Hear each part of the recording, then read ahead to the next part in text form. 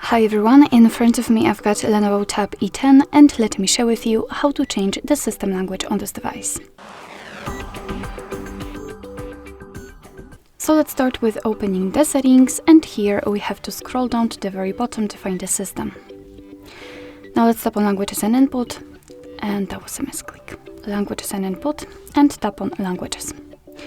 And as you can see right here, we've got the list of all currently applied languages. We've got English and Russian, so let's tap on add a language to choose another one.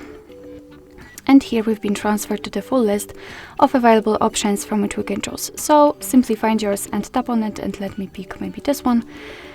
Choose the region.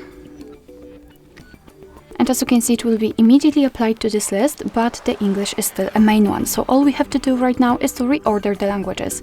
Let me tap on it and hold it, and then drag it to the first position. And as you can see, we've got the Turkish language applied. Let me show it to you again. Tap on it and hold it, and drag it to the first one. We can also remove the languages from this list. 3 dots icon and tap on remove. Mark the languages and tap on the trash bin icon. Confirm it with OK. And as you can see, we've got only English left.